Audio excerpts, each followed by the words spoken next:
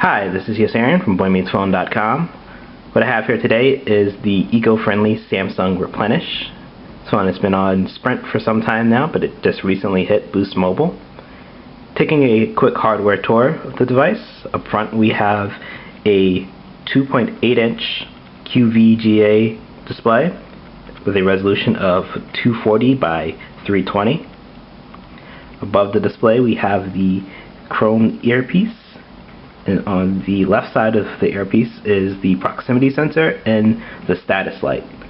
There is no ambient light sensor on this phone, so the backlight is going to be user controllable. Right below the display we have the standard Android buttons for menu, home, back, and search.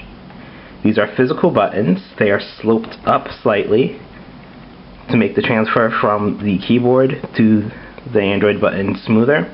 However, the transfer from the screen to the Android buttons is not as smooth due to the lip. Taking a look at the full QWERTY keyboard, we have a 4-row keyboard. It has the spacebar is in its own row. There's a dedicated speech-to-text button, and there's also dedicated directional pad. Due to the fact that the phone is a little narrow, the keys are pretty tiny and close together, but they are well defined. Taking a look at the side, we have a hole for a lanyard, and we have the volume rocker, which is also nicely raised. Up top we have the 3.5mm headphone jack and the power screen lock button. On the other side we have the dedicated voice dialing button.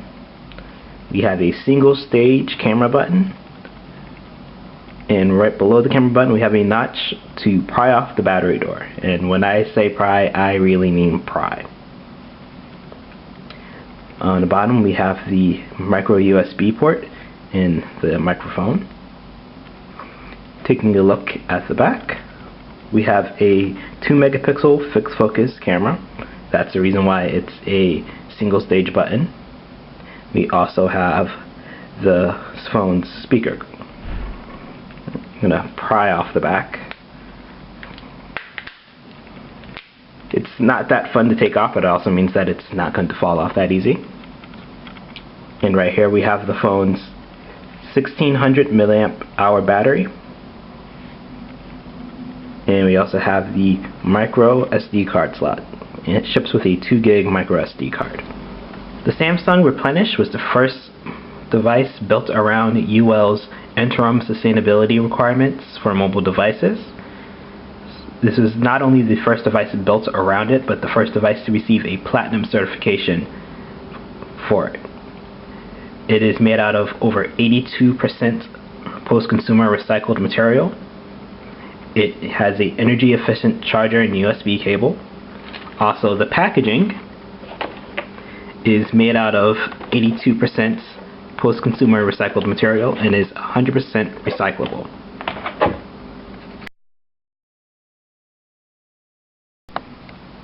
Samsung Replenish is running Android 2.3.6 Gingerbread. This is a mostly stock version of Gingerbread. You have 5 home panels. You want to change things like the wallpaper and the widgets, press and hold till it vibrates. If you want to get a preview of your 5 home panels, you can press the app drawer until it vibrates.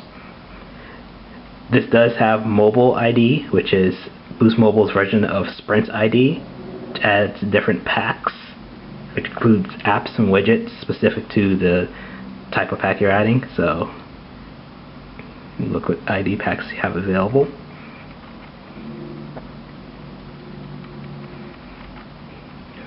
Entertainment ones, business related ones. You have an E1. Let's see what they have for productivity. Just a professional one, so I have installed in here. I can show you some of the different ID packs. I'm not that fond of how many app shortcuts it adds to the home screen. As you can see, it does add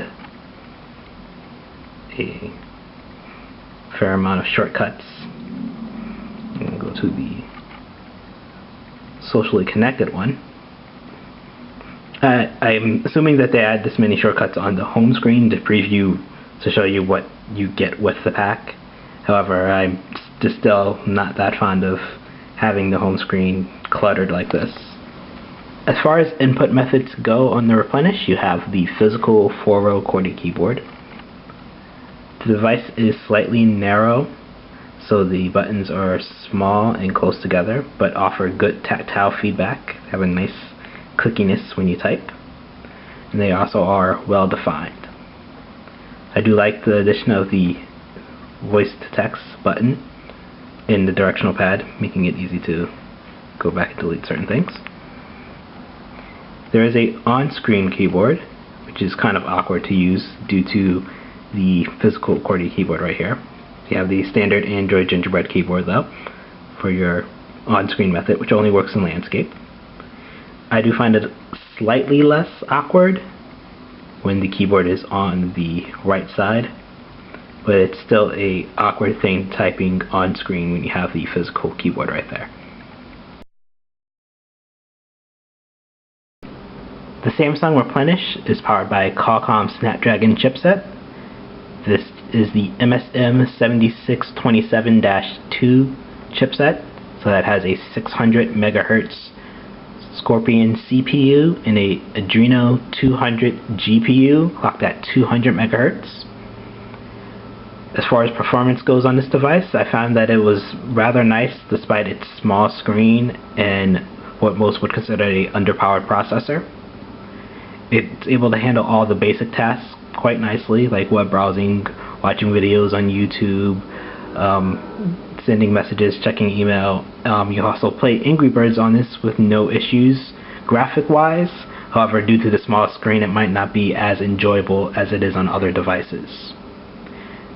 There is a small issue with the touchscreen. This should not become a problem because most of the gestures you're going to use only involve 2 fingers, but it can easily track 2 fingers with no issues. However, once you throw a 3rd finger into the mix, it completely freezes. This is easily cleared up by taking your fingers off the screen, but just in case you do run into that issue, I thought you should know that.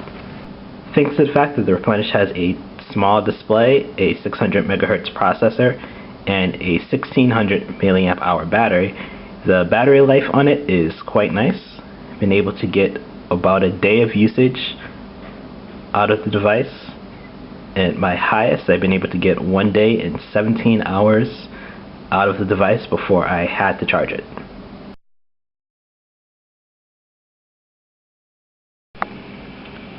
As far as reception goes on the Samsung Replenish, I've had no issues holding the signal, not missed any calls or had any dropped calls.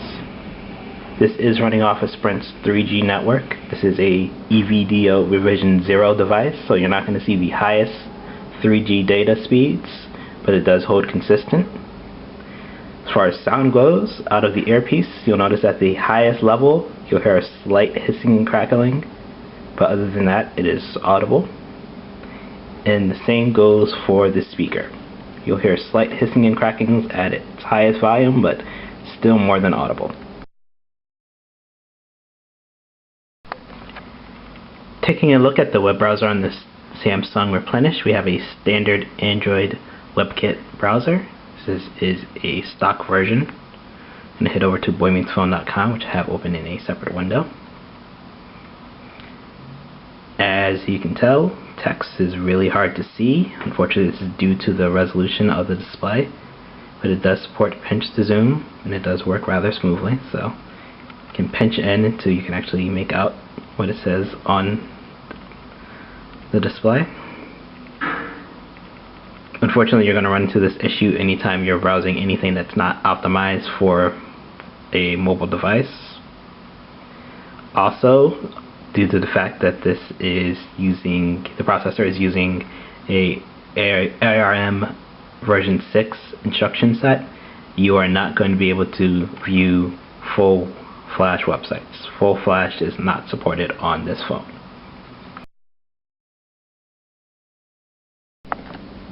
Taking a look at the camera app on the Samsung Replenish, you'll see that we have the stock Android camera application. The icons will rotate when you rotate the phone. Right here we have a preview of the last image taken. a switch to change from still to video mode, and a on-screen shutter button. You also have the physical shutter button located right here. In the settings, you can do things like change the review duration, the brightness, turn night mode on and off, change the image size and quality, and add color effects. You can turn geolocation on and off, change the white balance, change the exposure metering, and use the digital zoom. This is a 2 megapixel fixed focus camera, so it will take photos pretty quickly. That's due to the fact that it does not need to focus in on the subject. Well, it actually can't focus in on the subject. It does a good job at color reproduction and changing the lighting to capture the subject that's in front of it. However, it is not going to be that good at gathering that much detail. Switching over to video mode, you have the option of taking a long video or a video mail or MMS messaging video. As far as settings go here, you can add color effects, change the white balance, and switch between the high quality and the MMS messaging video. High quality videos you can record up to 30 minutes at CIF quality, so that is 352 by 288. However, when you switch to MMS videos, that changes to 176 to 144 for the resolution. Overall, I found that it was able to keep up with movement and light changes quite nicely. However, due to the fact that this is a 2 megapixel fixed focus camera, the images were a little soft and blurry.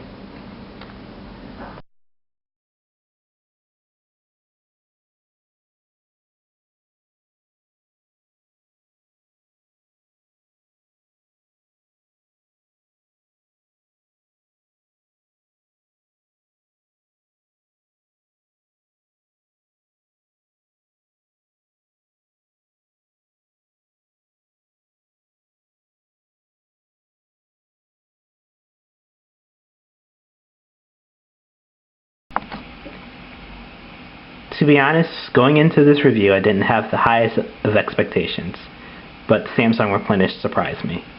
It has great battery life, and its performance well exceeded my expectations. For a full review of the Samsung Replenish, head over to the site, boymeetsphone.com. Remember to like me on Facebook. This is Yosarian from boymeetsphone.com. Thanks for watching.